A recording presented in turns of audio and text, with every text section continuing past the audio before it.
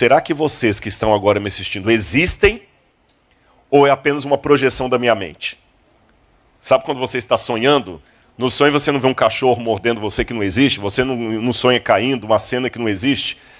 Então os céticos absolutos da época de Descartes chegavam a dizer o seguinte: olha, eu posso duvidar de tudo, até mesmo se você está aqui me vendo, ou se minha mente não está projetando isso em algum lugar. Aí o Descartes respondeu: eu posso chegar a esse ponto de discordar de tudo, questionar tudo, mas eu não posso questionar a minha existência. Porque ainda que vocês sejam uma ilusão, eu tenho que estar em algum lugar provocando essa ilusão. Aí é onde veio a frase: penso, logo existo. Cogito, ergo sum. Eu acrescentaria algo à frase de Descartes: amo, logo existo. E me sinto amado por ele. Agora, eu quero testemunhar para os irmãos que esse amar e me sentir amado por Deus não significa um sentimento linear. Há momentos de queda, há momentos de dúvida. E quem sabe eu estou pregando nessa manhã para algum presente aqui ou em casa que passa por momentos de dúvida. Será que ele me ama mesmo? Se ele me ama, por que ele está fazendo isso comigo? Eu quero que vocês abram a Bíblia comigo e leiam juntos o Evangelho de Marcos, quando Jesus acalmou a tempestade. Marcos capítulo 4, versículos 35 em diante. Esse mesmo episódio também pode ser encontrado em Mateus capítulo 8 e em Lucas capítulo 8 também. Mas eu escolhi ler a versão de Marcos. Vocês sabem que Marcos, antes de nós lermos aqui, é um evangelho que me chama muito a atenção por vários detalhes. Um deles é o seguinte: deixa eu fazer uma pergunta para a igreja e você mesmo em casa pode responder verbalmente, vamos participar ainda que de maneira virtual. Se você fosse escolher um dos 12 apóstolos para escrever um evangelho que ainda não existe, qual dos 12 você gostaria de ter um evangelho escrito por ele? Pedro? Quem mais pensaria em Pedro? Acho que é a resposta imediata, né? Todo mundo queria um evangelho de Pedro. Eu também. Como é que seria um evangelho escrito por Pedro? Aí quando eu comecei a estudar a origem dos evangelhos, eu descobri um documento do 2º século, escrito por Papias, onde Papias coloca uma frase assim: Pedro falava, Marcos escrevia. E eu vou resumir para vocês aqui: o Evangelho de Marcos, na verdade, foi escrito sob os auspícios do apóstolo Pedro. Quando Pedro estava em Roma, porque foi o seguinte, João Marcos, ele seguia Paulo e Barnabé. Só que houve uma briga, porque Marcos, muito imaturo, abandonou Paulo numa época complicada e foi embora, e Barnabé queria dar uma segunda chance para Marcos, Paulo não queria. Então Paulo e Barnabé brigaram por causa disso, Barnabé levou Marcos para continuar ensinando Marcos a evangelizar. Nesse meio tempo, Barnabé separa de Marcos. Algumas dessas informações não estão direto na Bíblia, mas a gente tem informação do período patrístico ali, como por exemplo que Pedro morreu crucificado de cabeça para baixo, Paulo morreu degolado. Nós temos informações históricas que não estão na Bíblia. Então Marcos separou de Barnabé e ele foi ajudar o idoso apóstolo Pedro, que a essa altura já estava preso em Roma. E Pedro, provavelmente de Roma, resolveu escrever um evangelho. E Pedro quase certamente era analfabeto. É muito provável que as duas cartas de Pedro e o evangelho não foram escritas direto pela mão de Pedro, mas ele foi ditando para um secretário. Tanto é que as duas cartas têm estilo de redação diferente. Na época bíblica, o autor e o escritor não são sinônimos perfeitos. Eu posso ser um autor do livro e o outro escrever. Por exemplo, quem escreveu a carta aos Romanos? Não foi Paulo. Tércio. Tércio, quando você chega em Romanos, quer ver só para... Depois a gente volta para Marcos, mas só para dar uma esclarecida para os irmãos, que eu acho que pregação também é aula, né? Quando você vai em Romanos, capítulo... Deixa eu virar aqui. Capítulo 16. Romanos, capítulo 16, versículo 22, diz assim: Eu, Tércio, que escrevi essa carta, mando saudações ao Senhor. Então, quem escreveu Romanos foi Tércio. Mas quem é o autor de Romanos? Paulo. Lembra que eu falei, autor e escritor não é a mesma coisa. Um é o autor, mas quem escreveu foi outro. Então Paulo também é analfabeto? Não. É que era uma outra coisa que eu posso explicar para vocês numa outra oportunidade.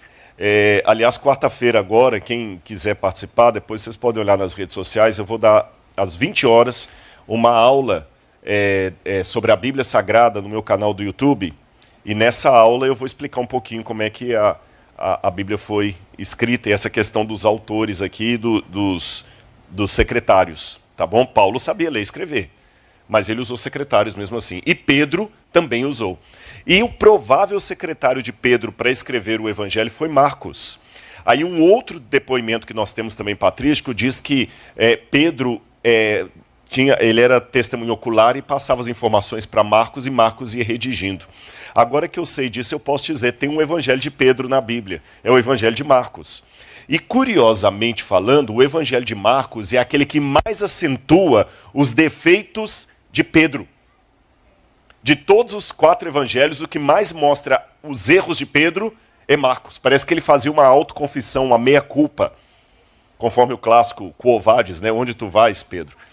E Marcos escreve de uma maneira até infantil, é o evangelho mais simples, e é o primeiro evangelho que foi escrito. Dos 4, o primeiro provavelmente foi o evangelho de Marcos.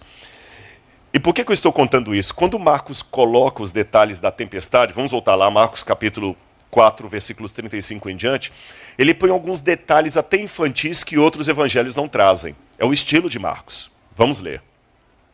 Naquele dia, sendo já tarde, Jesus disse aos discípulos: Vamos passar para outra margem? E eles, despedindo a multidão, o levaram assim como estava no barco, e outros barcos o seguiam. Preste atenção nessa leitura, porque depois vou mostrar um erro que muita gente comete nesse episódio aqui, tá bom? Já dei a dica, preste atenção na leitura, porque vai ter um erro que as pessoas cometem. Verso 37. Bom, eu falei que outros barcos o seguiam. Ora, levantou-se grande temporal de vento, e as ondas se arremessavam contra o barco, de modo que o mesmo já estava se enchendo de água. E Jesus estava na polpa, dormindo sobre o travesseiro. Olha o detalhe que Marcos coloca. Lembra que eu falei que chega a ser infantil? Ele põe que Jesus estava dormindo e que tinha um travesseiro ainda. E Jesus estava na polpa dormindo sobre o travesseiro. Os discípulos o acordaram e lhe disseram: Mestre, o senhor não se importa que pereçamos? E ele, despertando, repreendeu o vento e disse ao mar: Acalme-se, fique quieto. O vento se aquietou e tudo ficou bem calmo. Então Jesus lhes perguntou: Por que vocês são tão medrosos? Como é que ainda não têm fé? E eles, possuídos de grande temor, diziam uns aos outros: Quem é este, que até o vento e o mar lhe obedecem? Quando a gente estuda essa parábola, a gente, dentro do contexto, fica sua Bíblia aberta, nós aprendemos mais coisa do que nós podemos imaginar. Esse mar da Galileia, eu vou mostrar para vocês daqui a pouquinho o mapa, esse mar da Galileia onde isso aconteceu não é um mar de água salgada, como a praia de Ipanema, a praia de Botafogo. Tem praia em Botafogo? Tem, né? Gente, eu sou de Minas, né? Praia de Mineiro é Juiz de Fora. Praia de Ipanema, praia de Copacabana, de Botafogo. Não é um mar de água doce, é um lago. É um lago. Tá certo? Como a Lagoa da Pampulha em Belo Horizonte. A Lagoa Rodrigo de Freitas aqui é água doce ou... É esgoto. Vocês que falaram, eu só estou repetindo. Mas é água salgada ou é salgada? Mas imagine se a Lagoa Rodrigo de Freitas fosse de água doce, Você entendeu? É como se fosse Lagoa Rodrigo de Freitas. Aí você pode falar, Rodrigo, se era um grande lago, por que eles chamam de mar? Quem é mineiro sabe responder isso. A gente que não tem praia, qualquer coisa é um lagoão. Para eles, qualquer extensão de água grande era um mar. Yam, em hebraico. Era um mar. E naquela época bíblica, o mar sempre tinha uma conotação muito perigosa, muito assustadora. Se você pegar a mitologia grega, ela está repleta de histórias ou mitos envolvendo o mar. Lembra Ulisses que vai para o mar lá e Poseidon tenta matar Ulisses, enquanto ele vai lá nas guerras de Troia e tudo, depois Ulisses volta. O mar sempre é algo sombrio. Quando você pega os mitos ugaríticos, o mar é onde mora o monstro caótico, o Tiamat, que participa da criação. Você pega a Babilônia também, o mar sempre é tido como algo ruim. E por que eles tinham essa ideia? Gente, porque hoje... Eu vou tomar licença, não me dê essa autorização, Igor. Espero que você não fique bravo comigo. O Igor vai viajar de navio, em segurança. Vai de avião, depois navio. Você não tem hoje o medo de viajar de navio que tinha na época do primeiro século. Porque toda viagem de navio era 80% uma viagem sem volta. Para começo de conversa, os navios não podiam nem precisar que hora iriam sair, porque dependiam do vento e eles não tinham previsão meteorológica como nós temos hoje. Então, por exemplo, um navio que fosse embarcar no porto da Via Ápia, em Roma, ele marcava assim, você tem que estar aqui no dia 15 das calendas de Márcios.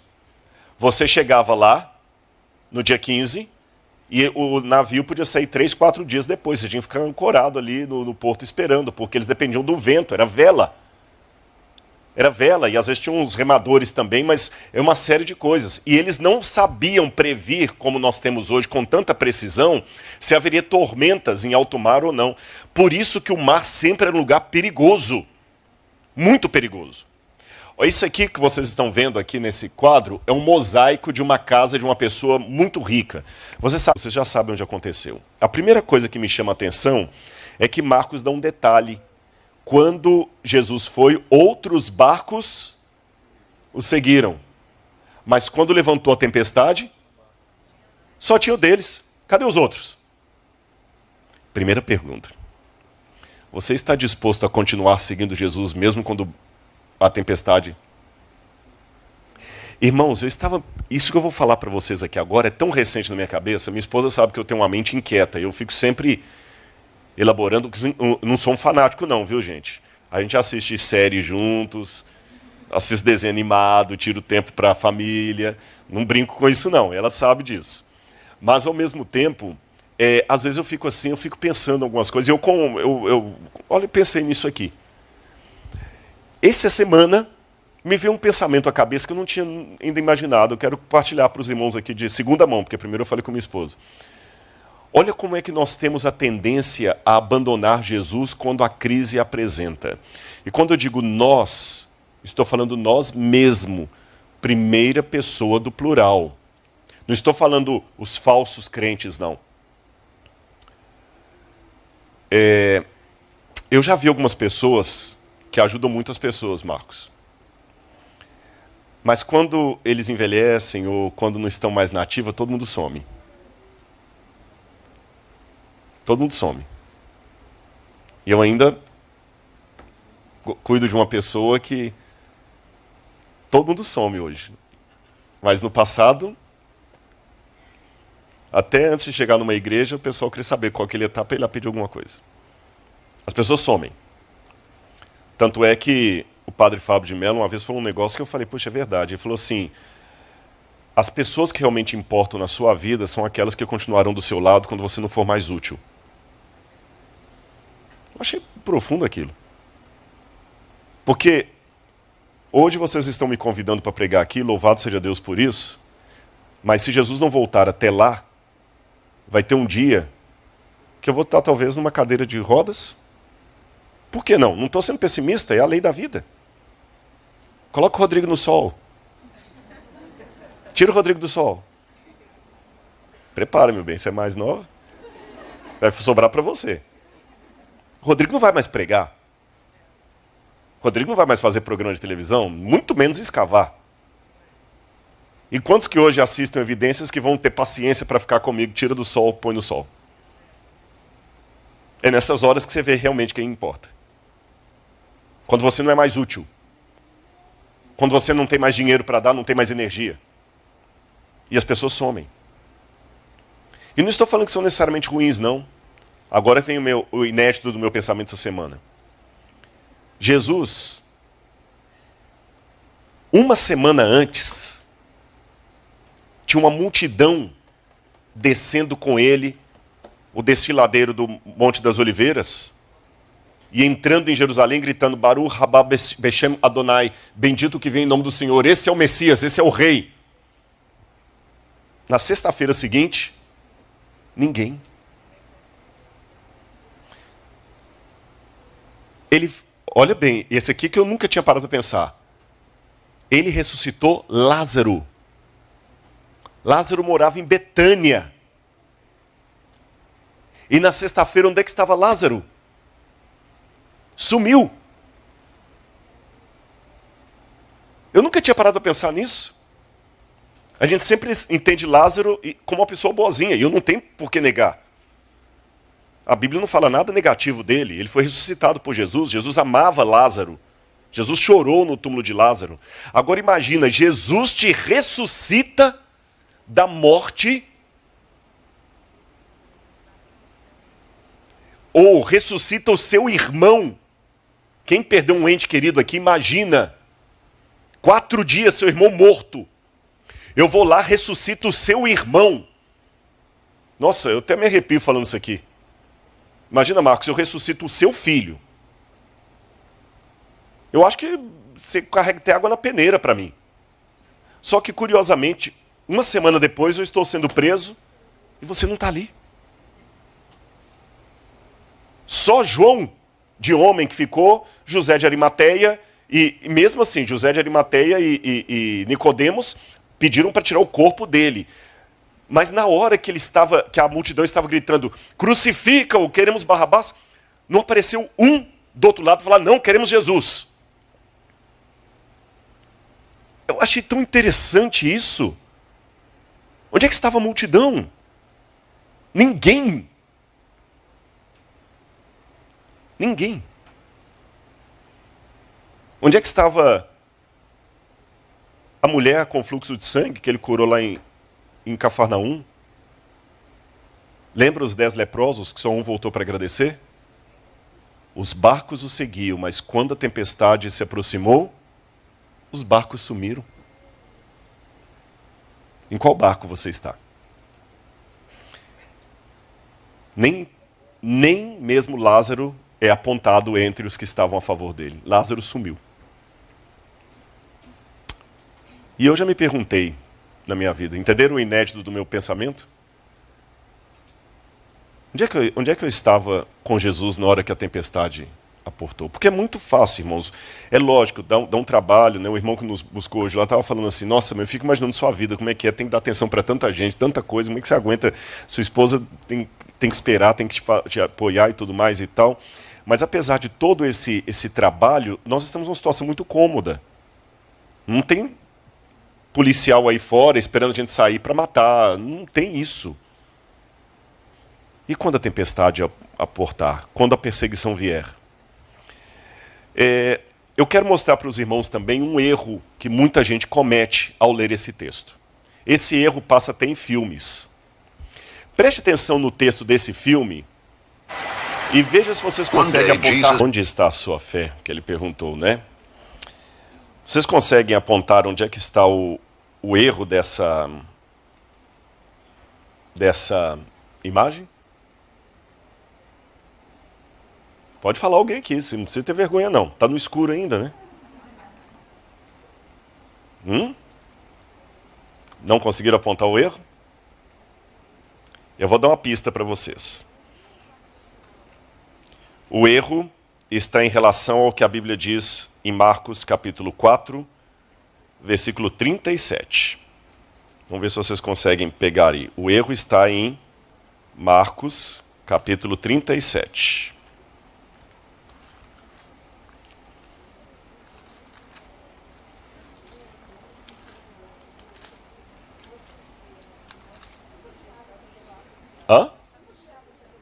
Não ouvi. Não, não vi água sobre o barco. Não viu água sobre o barco? Mas tinha, entrou ali, tem uma parte. Olha aí o verso que eu falei. O verso mostra o erro do filme. Como era o tipo da tempestade? Pode falar. Não verbalizou. Mas tem um erro mais sério. Era tempestade de vento. Não era tempestade de água. Percebeu? O que era tempestade de vento? Vou mostrar para vocês. Esse é o mapa, de novo, de Israel, como falei com vocês. Lá em cima, no número 30, acho que era 30 lá em cima, onde está o Monte Hermon. Está meio branquinho ali, porque o Monte Hermon tem neve, e a neve derrete e vai formando o veio do Rio Jordão, que vai descendo. Aí o Rio Jordão vem descendo, forma o Mar da Galileia, vem descendo e forma o Mar Morto aqui embaixo. Então, se vocês olharem, Israel, na verdade, é como se fosse um corredor. Eu estou olhando aqui nesse canto, olha, tem uma banda de cá, uma banda de lá. Então Israel é literalmente uma cordilheira montanhosa de um lado, uma cordilheira montanhosa do outro, com um intervalo que tem um platô, e no meio aqui tem uma fenda gigantesca. E é nessa fenda que o Rio Jordão vai passando. Entenderam a geografia? Agora, lá em cima, o que a fenda faz? Ela é estreita entre o corredor e ela se abre. Então o vento que vem do norte, ele passa, e vocês sabem, quando o vento vem passando, e ele passa através de um lugar mais, como é que eu diria, estreito, ele pega velocidade. E quando ele pega velocidade, ele sopra no Mar da Galileia. E quando ele sopra no Mar da Galileia, dá tempestade de vento, com ondas de até 3 metros de altura. Já teve situação de onda do Mar da Galileia arrebentar asfalto da cidade de Tibérias, de Tibérias hoje. Querem ver uma imagem dessa? Pena que está em VHS, essa imagem tem mais de uns 15 anos que foi feita, então não está com a qualidade boa, tá bom? Mas é a única que eu tenho. Eu já vi a situação lá que a gente não pôde andar num barco grande, você que já foi para Israel, aqueles barcos não davam para andar por causa de risco de tempestade. Especialmente no período ali de janeiro, época do fim do inverno, alguma coisa assim. Então vou mostrar para vocês uma tempestade de vento. Pode colocar, por favor, aí? Olha aqui. Se vocês observarem, apesar da imagem não estar muito boa, o céu está limpo, sem nuvens. Era um dia de sol. Mas olha as ondas. Então qual foi o erro do filme? Não era chuva, com raios, trovões e água caindo. Era uma tempestade de vento. Agora, até aqui, é uma curiosidade. Mas qual o aspecto espiritual de tudo isso que eu mostrei para vocês? E o que isso tem a ver com aquilo que eu disse da decepção, de não seguir Jesus na hora da tempestade, pular, etc. Eu respondo a essa pergunta começando com uma outra pergunta. Por que os discípulos se admiraram? Olha a última frase deles. Quem é esse homem que até o vento e o mar lhe obedecem? Irmãos, quando Jesus operou esse feito aqui, Jesus já tinha operado outros milagres. Jesus já tinha curado pessoas, talvez já tinha multiplicado os pães, muita coisa Jesus já tinha feito. Então, essa admiração, num primeiro momento, ela fica sem sentido. Imaginem que vocês têm aqui um camarada que está nos visitando aqui, que é corredor olímpico, com várias medalhas. Aí um dia a gente marca uma corrida aqui na igreja e ele ganha disparado de todo mundo. Fala, nossa, quem é esse que ganha até do mais veloz da igreja? Não faz sentido essa pergunta, ele é campeão olímpico. Entende o que eu quero dizer? Quem é esse que... Não, vocês já sabem, se fosse o primeiro... Eu aceitaria essa pergunta dos discípulos no milagre de Caná da Galileia, porque eles não tinham visto Jesus fazer nenhum milagre até então. Aí realmente a admiração, nossa, quem é esse que consegue transformar água em vinho? Mas não, agora que eles se surpreenderam, quem que é esse? A admiração fica meio sem sentido. Então, pesquisando na Bíblia, eu falei, deve ter alguma razão a mais dessa admiração do que simplesmente um milagre. Eu não vou ler todos esses textos para vocês, para não ficar cansativo, mas vocês podem anotar os textos, eu vou ler apenas alguns para vocês. E para ler esses textos, eu descubro uma coisa interessante. Vocês sabem que na cultura do Antigo Oriente Médio, alguns símbolos tinham um significado especial, diferente dos nossos. Nós também temos muito simbolismo na nossa linguagem. Se o que nós falamos e escrevemos virasse Bíblia, daqui a 2000 anos, as pessoas também iam querer entender por que o rapaz falou que a namorada dele é uma gata e ela falou que ela namora um cachorro sem vergonha. Pra gente não causa nenhum problema falar isso aí, porque a gente tem esse costume, né? Mulher bonita é gata, cara que faz bobagem é cachorro sem vergonha. A rigor fica até complicado, porque o cachorro é muito mais fiel do que o gato. Os que amam felinos não briguem comigo. Né? Gato ele vem quando ele quer, o cachorro não, o cachorro está sempre ali todo. E por que se chama de cachorro quem trai, quem faz bobagem? Mas é a nossa cultura. Naquela época bíblica também havia certos elementos que traziam uma cultura que hoje nós desconhecemos. E uma delas é justamente a junção de mar e vento e comando divino. Esse triângulo, mar, vento, comando divino. Ou mar e águas, tá bom? Águas, vento, comando divino. Comando divino. Quer ver? Abram comigo a Bíblia no Salmo 65, verso 7. Salmo 65.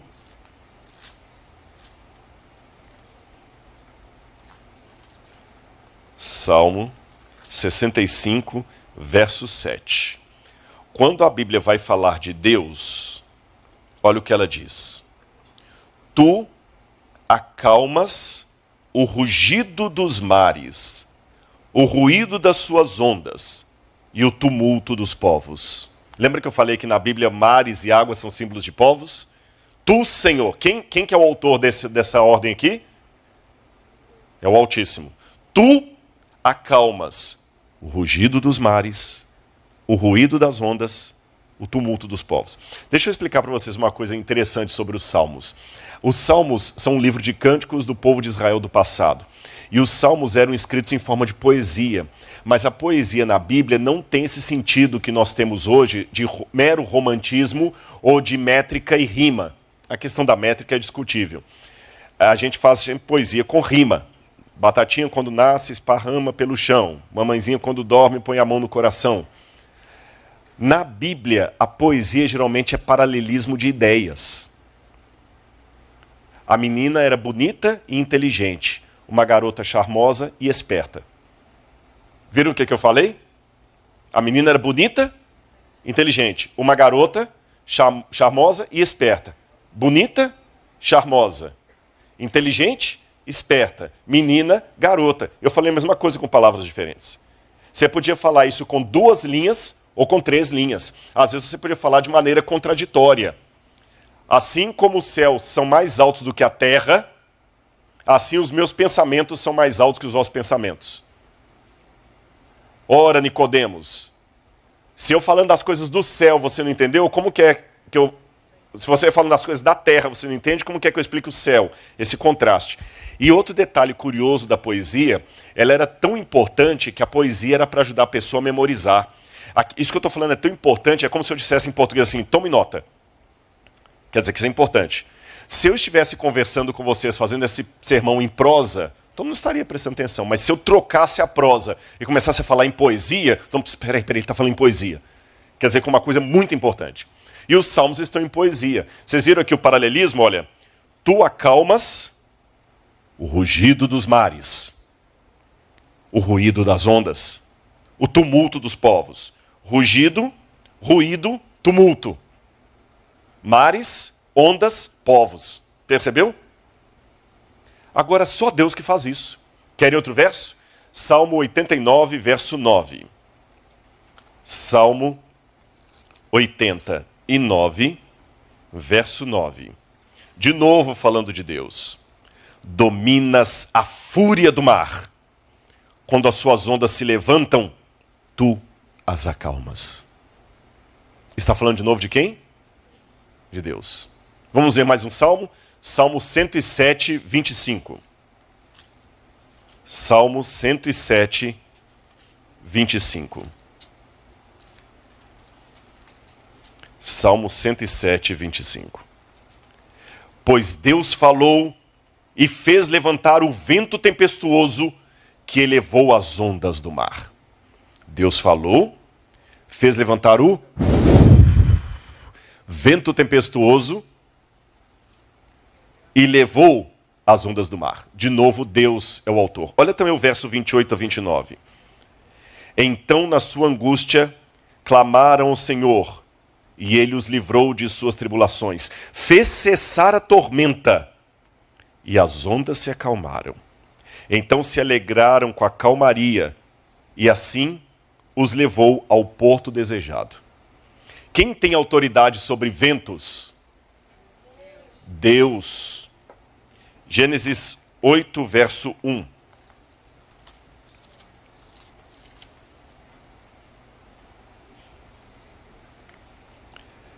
Então o Senhor se lembrou de Noé, e de todos os animais selvagens e de todos os animais domésticos que estavam com ele na arca.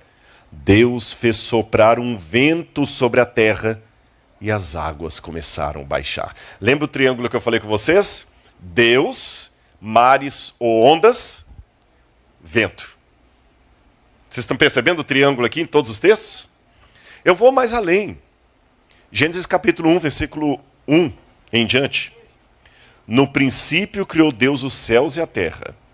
A terra, porém, era sem forma e vazia. Havia trevas sobre a face do abismo. E o Espírito de Deus pairava ou movia. O Espírito de Deus, a palavra para espírito em hebraico é a mesma palavra para vento, ruach. O Espírito, o sopro de Deus, movia por sobre as águas. Quando Jesus foi batizado, é interessante que no hebraico, quando fala que o Espírito de Deus movia sobre as águas, a ideia é como se o Espírito de Deus tivesse com umas asas batendo assim e as águas movendo, como se fosse um pássaro. O verbo é rahap, em hebraico, significa bater as asas e as ondinhas vão formando. E aí vem a criação. Quando Jesus foi batizado, esse mesmo elemento se repetiu. Jesus sai das águas e o Espírito de Deus desce como pomba vindo sobre ele, batendo as asas. Olha que lindo isso aqui. Vamos ler mais uma passagem ou duas? Êxodo 14, 21. Êxodo, capítulo 14, versículo 21. Êxodo 14, 21. Na minha tradução diz assim: Então Moisés estendeu a mão sobre o mar, e o Senhor, por um forte vento leste que soprou toda aquela noite, fez que o mar se retirasse. Deus soprou o vento. Eu podia ler várias outras passagens para vocês, onde a gente vai em Daniel 7:2, a profecia de Daniel, e os 4 ventos agitavam o grande mar. Apocalipse fala dos 4 anjos segurando os 4 ventos. Deus, mares ou águas, vento ou espírito. Quem sempre foi o autor de todas essas ações do Antigo Testamento envolvendo vento, calmaria e mar? Deus. Aí a ficha caiu. Aí eu entendi por que os discípulos ficaram admirados. Sabem por quê? Eles já tinham visto muitos feitos que Jesus havia realizado. Muitos milagres de Jesus. Jesus talvez ressuscitou pessoas. Extraordinário. Mas convenhamos, ressuscitar alguém não faz de Jesus ninguém além de um profeta. Porque Elias também ressuscitou o filho da viúva, não foi? Os ossos de Eliseu ressuscitaram um homem também. Aliás, o corpo de Eliseu ressuscitou um homem também. Os ossos de Eliseu ressuscitaram o corpo de um homem. Então, ressurreição por ressurreição, outros fizeram no passado. Ah, mas Jesus multiplicou pães e peixes. De novo, Elias também não multiplicou o azeite e a farinha da viúva? Ah, mas Jesus tinha poder sobre os demônios. Sim, mas Davi também, quando ele tocava a harpa dele, os demônios que estavam em Saul e eu ir embora? Davi também era um exorcista.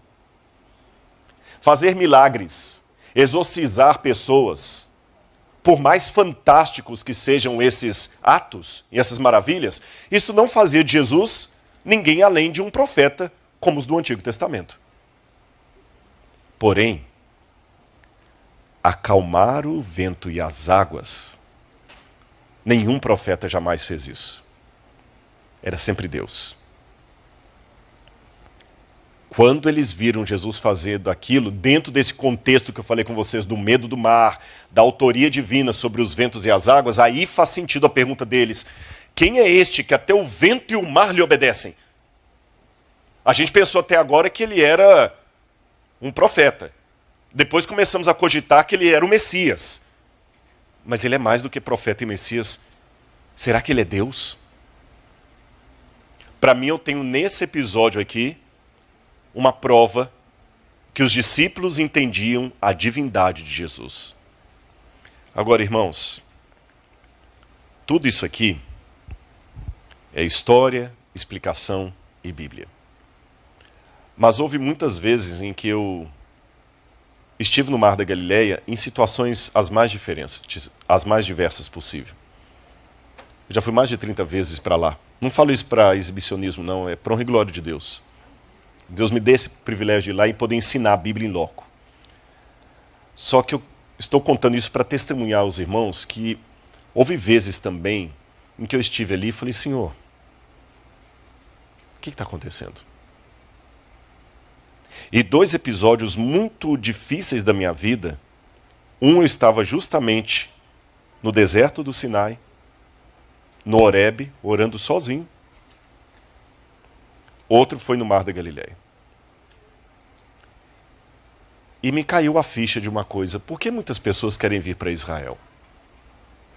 Por que eu mesmo volto tantas vezes ali? É lógico que tem a questão arqueológica, conhecer o lugar onde Jesus esteve, isso tudo é fantástico. Mas eu percebi em muitas pessoas que me acompanham lá um motivo que vários admitiram depois. Sabe o que é? A gente vive às vezes eu vou criar um paradoxo aqui, mas eu espero que os irmãos entendam. Um silêncio ensurdecedor de Deus. É um paradoxo. Que dá tanta angústia. Onde é que estão os milagres do passado? Aqueles milagres assim, com todo respeito, eu não estou falando milagre assim, quem está com a dor no ombro, levanta e movimenta o ombro. Não estou falando milagre daquele tipo mesmo. Você vê uma pessoa que não tem perna, a perna crescer ali e ele começar a andar, igual Jesus curou o coxo. Você entendeu? Eu estou falando um milagre assim, de um homem estar morto 4 dias lá e alguém foi levantar. Estou falando milagre nesse sentido mesmo. Da pessoa chegar cega mesmo. E o olho voltar a enxergar assim na maior. Alguém está ali no velório. E você se compadecer com a dor daquela mãe sepultando um filho e falar assim: em nome de Jesus, levanta e anda, camarada, levanta no velório. Esses milagres, onde é que estão? O mar abrir. E parece que às vezes a gente vai para lá, para Israel, para pelo menos ficar um pouquinho perto de onde as coisas aconteceram, para ver se algo nos toca. E eu olhei muitas vezes para o Mar da Galileia, e nesse dia específico que eu estou me lembrando aqui, eu falei: Senhor, o Senhor andou sobre essas águas. O Senhor acalmou esse mar. Eu preciso de calma na minha vida. É interessante que às vezes você faz uma oração dessa e você chora a Deus, você clama, e de repente eu estou fazendo uma descrição autobiográfica da minha vida, mas muita gente deve estar se comparando ou lembrando de si mesmo. Parece que eu estou contando até a sua vida, não a minha. E às vezes você levanta dessa oração mais conformado do que confortado. Até que eu descobri 2 coisas. Deus está realizando milagres todos os dias na minha vida e não estou percebendo. O maior milagre não é aquele milagre, talvez, de abrir o mar vermelho. O maior milagre é continuar acreditando mesmo que o mar não se abra. Porque o Mar Vermelho se abrindo, por mais maravilhoso que foi aquele ato de Deus, ele não foi tão eficiente. Não estou falando uma heresia. Sabe por que eu digo que o Mar Vermelho se abrindo não foi tão eficiente? Porque poucos dias depois eles estavam adorando o bezerro de ouro. Se milagres fossem um salvo-conduto da fé, o povo não iria adorar o bezerro no deserto. O fato deles adorarem o bezerro poucos dias depois demonstra para mim que grandes milagres não ajudam tanto. Eles são uma evidência de Deus, é claro. Imagina um ateu se visse alguma coisa espantosa acontecendo. Mas com o povo de Israel não funcionou. Nem com aqueles que Jesus curou funcionou, porque eu falei que uma semana antes ele curou um monte de gente, ressuscitou um homem. E uma semana depois, isso não serviu para impedi-lo de ser morto. Então, milagres têm a sua limitação. E eu percebi na Bíblia que os maiores milagres que deram resultado positivo foram os milagres que são tão simples que nem merecem ser contados. E um desses milagres, vocês estão vendo aqui nessa manhã, eu estar aqui de pé contando isso para vocês. Porque pode parecer muito fácil. Não, hoje está aqui bacana e tudo, a esposa apoiando e tudo e tal. Você não sabe os infernos nos quais eu participei ou nos quais eu visitei. Eu posso não saber os infernos que você apresenta ou que você enfrenta. Você também não sabe os meus. E mesmo que eu os contar para você, você vai ter uma ideia. Porque só quem enfrentou mesmo sabe o que é. E ele me pôs aqui de novo para falar para você que ele pode acalmar o mar hoje. O que eu aprendo desse episódio? Em primeiro lugar, ele é Deus. Em segundo lugar, não interessa se ele estava acordado ou se ele estava dormindo. O que importa é que ele estava no barco. Não interessa se sua oração está sendo respondida ou não respondida. O que importa é que ela está sendo ouvida. E se ela está sendo ouvida, cala, fica na sua. Ele sabe o que está fazendo. Confia. Porque você vai saber o que é fé quando a fé for a única coisa que sobrar para você. Até esse dia você vai estudar sobre fé, a etimologia da palavra fé, fides, emuná, pistes em grego. Você pode fazer todo um discurso da palavra fé, mas você só vai saber o que é fé quando a única coisa que te sobrar vai ser isso. Ele está aí. E eu termino contando uma parábola, como contei ontem. Dizem que na Idade Média, muitos cavaleiros templários saíam da Europa para a Palestina em busca de relíquias sagradas. Queriam pedaços da cruz de Cristo, palha da manjedoura, até gotas do leite do seio de Maria foram levados para a Europa como relíquias sagradas. Vocês já devem ter ouvido falar disso aí, né? E sabem qual foi a relíquia sagrada mais procurada de todos os tempos? O Santo Graal. O cálice sagrado. Aquele copo que, segundo a tradição, teria tocado nos lábios do Senhor na noite em que ele fora traído. E muitas lendas surgiram na Idade Média, e eu vou contar uma delas para vocês. É uma lenda, mas ela tem uma aplicação. Um cavaleiro templário, uma vez saiu de seu feudo, seu castelo feudal, para ir à Palestina buscar o Santo Cálice, o Santo Graal. Ele queria encontrar o cálice sagrado. A porta elevadiça desceu, ele saiu montado no seu cavalo, com seu escudo, sua lança, sua espada, seus elementos de viagem. E quando ele cavalgou, um pouco distante do palácio, ele passou por uma clareira de uma floresta, e havia um riacho, e perto daquele riacho havia um leproso. E a lenda diz que o leproso, quando viu aquele cavaleiro com seu cavalo, Ele levantou: Senhor, Senhor, por favor, Senhor, Senhor, estou cansado e morrendo de sede. Um pouco d'água por amor ao céu. E levantou um copo. E aquele cavaleiro viu o copo, o riacho estava ali, mas o leproso não podia pôr a mão na água do riacho porque ele era leproso. Ele iria contaminar a água, e se ele colocasse a mão na água e alguém o visse, o mataria. Então, mesmo perto do riacho, aquele leproso precisaria de alguém que, por misericórdia, desse água para ele. O cavaleiro olhou para aquele leproso e pensou: não, mas algum servo do meu castelo vai vir aqui buscar água e vai atender esse homem. Eu tenho uma caravana me esperando na cidade próxima, não posso perder tempo com ele. Desculpe, amigo, eu estou com muita pressa, eu tenho que buscar o cálice sagrado. Mas, Senhor, eu tenho sede, sinto muito, alguém vai te ajudar. E foi na poeira da estrada, deixando para trás a silhueta daquele leproso. A lenda conta que passaram-se os dias, os meses e os anos, e depois de uma árdua busca, aquele homem ficou frustrado. Sua pele ficou enrugada, queimada pelo sol, os cabelos se tornaram brancos. Ele perdeu tudo, toda a sua riqueza, e não conseguiu achar o cálice sagrado. Só lhe sobraram 3 coisas: o seu castelo, a essa altura abandonado, o seu cavalo e parte da sua armadura. Ele volta, frustrado. O cavalo agora já não está mais a galopes tão velozes. Não tem mais pressa.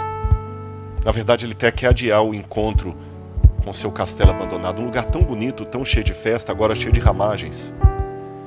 E quando ele se aproxima da floresta, indo em direção ao castelo, sem saber o que ele vai fazer, ali, perto do riacho, um pouco mais velho e mais carcomido pela doença, aquele leproso, talvez o único que não conseguiu sair dali.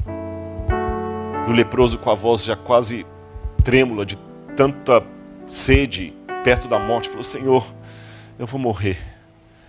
Por favor, eu peço por misericórdia um pouco d'água por amor ao céu. E estica o copo, quebrado. Sem pressa, ele desce do cavalo, pega o copo da mão do leproso e leva a água.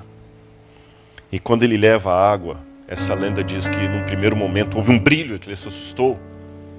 E aquele copo se transformou na mão dele, não era mais um copo velho quebrado, mas era o santo graal que ele estava procurando tanto. E o leproso já não era mais um leproso, mas a figura reluzente do próprio Filho de Deus. Eu sei que é uma lenda, isso não aconteceu. Mas ela serve para dar uma lição para todos nós, como Jesus, ao contar suas parábolas, perguntava: o que vos parece? À semelhança daquele cavaleiro andante, muitos de nós buscamos longe o que está perto. Aquele dia que eu orei no Mar da Galileia, pedindo um sinal, nada de extraordinário aconteceu. Nada de extraordinário aconteceu. Não houve vento soprando na água, nem acalmando a água. Não vi ninguém andando sobre a água. Não vi nenhuma multiplicação de peixes. Nada aconteceu. Porém, anos e anos depois daquela situação, onde eu não via luz no fim do túnel, eu chego a essa igreja e vem uma garotinha que, por sinal, tem o nome da minha esposa, Laura. Quantos anos você tem, Laura? 10 anos. E traz o meu livro para eu assinar. O milagre está aqui. Uma garota de 10 anos trazendo o meu livro de arqueologia para eu assinar. Que é um livro que traz hebraico, grego, acadiano, egípcio. Olha o milagre aqui. Eu estou aqui podendo assinar o livro para ela. Não busque longe o que está perto. Tá bom? Não abandone o barco de Jesus por causa da tempestade que se levantou. Não volte, continue com ele. A tempestade dá medo. Todo mundo recuou. E mesmo que ele estiver dormindo, ele está aí no barco. Pode ter certeza. Porque ele estava no meu barco. Mesmo que eu talvez não estivesse percebendo isso.